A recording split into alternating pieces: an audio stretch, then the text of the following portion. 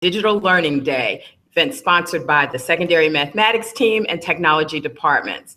I'm Karen Johnson, and I'm a secondary mathematics coach. And I'm going to be chatting, well, all of us are going to be chatting with Nolan Doyle. He's our Desmos Fellow. And we're so excited. He's from Clover Hill High School, where he teaches Algebra 2 and geometry. And Nolan will lead us through some of the features you can find in Desmos. Prior to that occurring, we're going to ask you to make sure you join us in Google Classroom.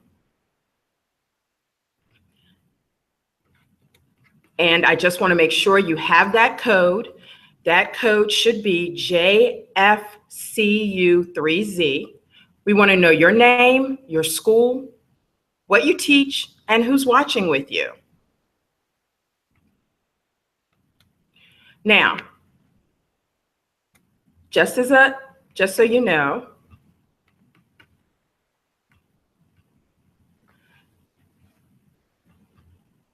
somehow I clicked off there for just a second.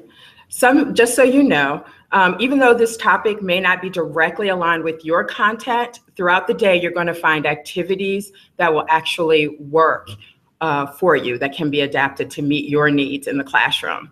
So I'm going to turn everything over to Nolan now. Good morning, Nolan. Good morning, Karen. Thanks everyone for joining us. We're really excited to be a part of this digital learning opportunity. So thanks for giving it a try with us as we test it out. There's gonna be a lot of information coming at you really quickly, so I hope you take advantage of the opportunity to ask questions in Google Classroom after this short 15-minute video. You've also got the Open Labs next week at CTC Hull. So it'll be a great opportunity to come in and play around with Desmos and have some of us there to support you and answer any questions. And also feel free to email me if you have questions as you're working. I'd love to help you out as you explore and try to use Desmos. Again, there's gonna be a lot of information this morning. So what I would like you to focus on this morning is two things. I'm gonna give you a quick overview of the Desmos websites. So what do they look like and where would you go to do different things on those websites? And then more importantly, I'm gonna try to answer the question, why should you use Desmos? We don't wanna just use technology for the sake of using technology. We wanna know how is it gonna help us teach the mathematics and help students understand the mathematics in our classrooms. So there's two things I see Desmos is really providing for you all and for your students. First, for the students, it gives them the chance to explore and discover new concepts while setting them up to make connections across multiple representations. For you as teachers, it gives you the chance to lead rich mathematical conversations that are all centered around student work. All right, so keep those things in mind as we go through the activity this morning and look at some of the design features. To start, I'll give you a quick look at Desmos.com. So this is where the graphing calculator is. It's really intuitive to use. It's also a great visual for students. So we can graph different things, and I'll just throw up some sliders in here. There's actually a presentation later on sliders, but I mentioned connecting representations. This is a huge opportunity for students to quickly see, okay, how is the equation changing and how is that affecting the graph? So we can see the slopes changing, we can see the y-intercepts changing. So it's a really clean visual and again, helping students connect those representations. Desmos didn't want to provide just a tool for teaching math. They wanted to really help mathematics be taught better. So they created the activity builder. And so if you go to teacher.desmos.com, this is your teacher headquarters for finding, building, and using activities. So there's tons of pre-made activities here that you can search. You can create your own. So here under custom is all the activities I've created. I could create a new one clicking on this link up here. And there's a history of all the activities that I've run. So you can see that each time you run an activity, you get a unique class code. So that helps you organize by your different periods and classes. Finally, student.desmos.com. This is where your students are going to go. This is where you guys are going to go in a little bit to be able to run an activity. That unique code I just mentioned, you would enter that in, and then students would go through the activity here on this site.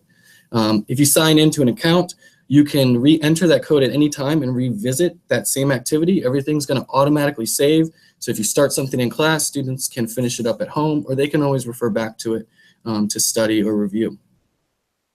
Okay, so that's an overview of the three sites. I'm going to go back to teacher.desmos.com, and I'm going to search for the activity I made for this morning, and I'm going to show you how you can copy and edit an activity. So as you're starting out, I don't recommend creating your own activities from scratch. That can be overwhelming. So use what's already out there, and if it's not exactly what you need, you can come over here in these three dots. If you click, you can copy an activity and edit it to fit your needs. So you can make it fit your class, your curriculum, and change it up however you like. So I think that's a great opportunity. So you can see this is the design mode. As you're designing an activity or editing an activity, it's set up similar to like a PowerPoint where you've got your slides going vertically on the left-hand side. The layout of the slide is in the main screen here. If I want to add a slide, I'll just hit this plus icon, right? And the different features to add on your slide are just across the top here, and you can use different combinations. Right? So again, you're not going to see all these features in my activity, but at some point today, you should see a lot of good examples of how each feature can be used. So I highly recommend checking out some of the other videos and activities that you're going to see throughout the day. As I walk through my activity, I'm going to point out features that I use, and more importantly, how they're going to help improve student learning and understanding. And much of how I design my activity is based on the Desmos Guide to Building Great Digital Math Activities. And there's a link to this posted on the Google Classroom. I think you should definitely take some time to read it. It's helped me not only design Desmos activities or digital activities, but really a lot of the decision making that I make in my classroom every day. I come back to a lot of these philosophies. For the activity this morning, see in the design is asking for informal analysis before formal analysis, creating an intellectual need for new mathematical skills, delaying feedback for reflection, especially during concept development activities. So we're going to be developing the concepts of domain and range, and creating objects that promote mathematical conversations between teachers and students. So as I go through, I'm going to hopefully point those things out, and you guys will be thinking about those things as well. My first slide made use of an image or the media feature. So media feature is really nice to use. You just say you want to use media, and let's say I have something saved on my desktop, and it can be an image or a video. I can just drag and drop, and there it is. All right. I made use of the media feature to create context in this activity before moving to the more abstract graphs. I wanted students the opportunity to kind of see that context and make sense of the question. So I'm starting to develop this question, start to develop them thinking about, X values and domain. And I think that context really helps them instead of just starting with an abstract graph. If you notice, if I hit preview, this is what the students would see. So in addition to the media, there's a multiple choice question here. And when students make their choice, they also have to explain their answer. So after they explain it and hit submit, there's also an opportunity where student responses, other student responses in the class will show up. And that's a feature you can add or disable depending on what you want your students to get out of that question. I think that's a great opportunity. We talked about creating mathematical conversations. So that's a great opportunity to be able to do that. You can also easily add graphs or images to a multiple choice question. You could change it to a simple multiple choice where they wouldn't have to explain. And you could also do a multi-select where there could be more than one correct answer. Also in this note feature, you can see, I just wanted to show you that it's really easy to add math types. So that's really important for us. I know some of the other websites and programs out there, that's always a concern for us as math teachers. Same, but it's going to be asking about range. And again, in an informal way before we get to the formal notation and formal vocabulary. I made use of the duplicate button. So over here, if you click on these three dots, you can duplicate and then just edit the graph so you don't have to start from scratch. Also real easy to delete a graph. All right. So I've got my context problems. I got students thinking a little bit about focusing on X values, focusing on Y values. And here's where I think the most powerful part of Desmos comes in the technology. I'm going to make use of a graph. And if I go to preview, you can see that students can't actually enter anything in the graph, but they can manipulate the graph and they can use it to help them answer the question that I've asked over here.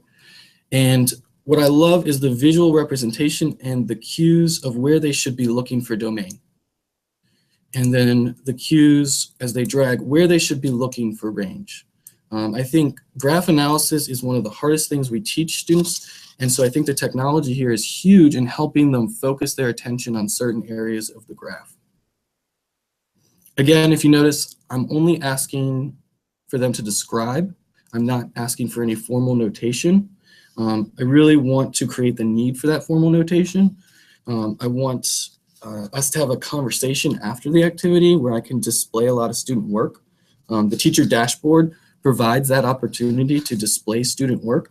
And I don't have a ton of time to go over that right now, but I'm going to post pictures of the teacher dashboard as you guys are working on the activity so that you can see the teacher perspective as well as the student perspective.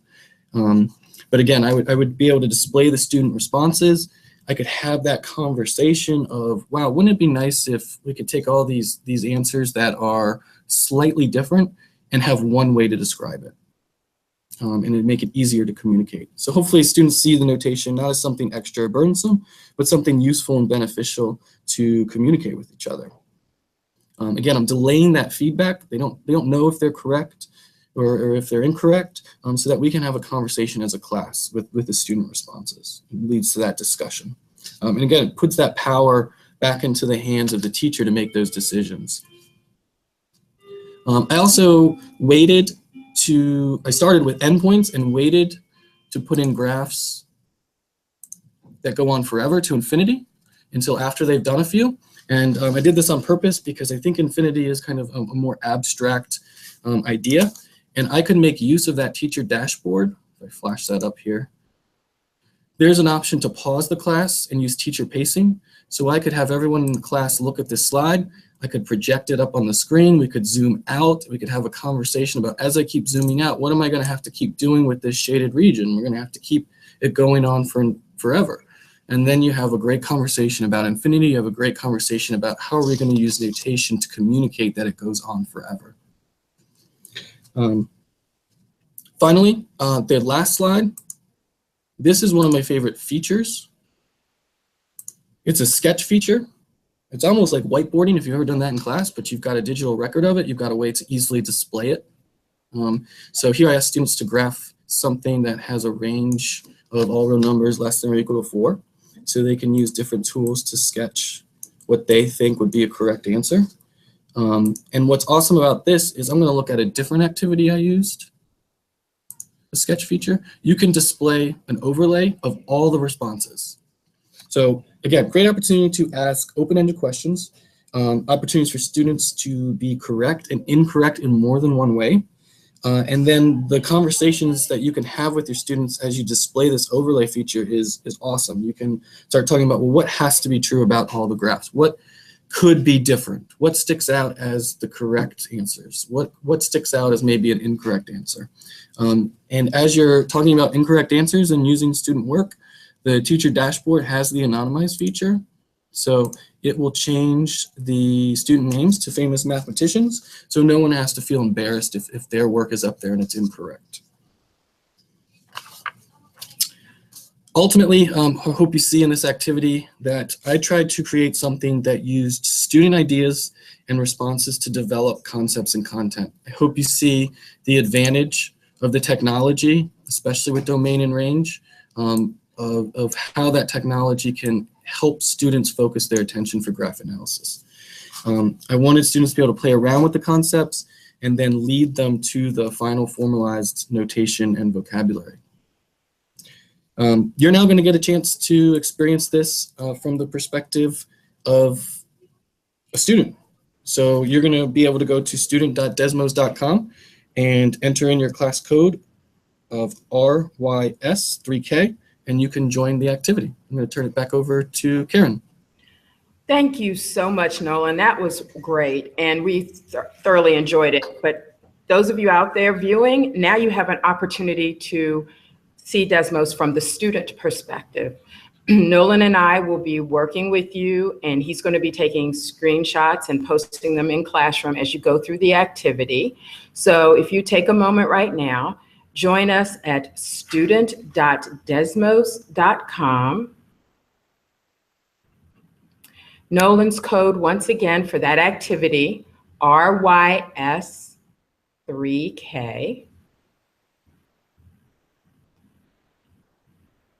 And we're going to look forward to seeing you, or basically hanging out with you in classroom as you work through this activity.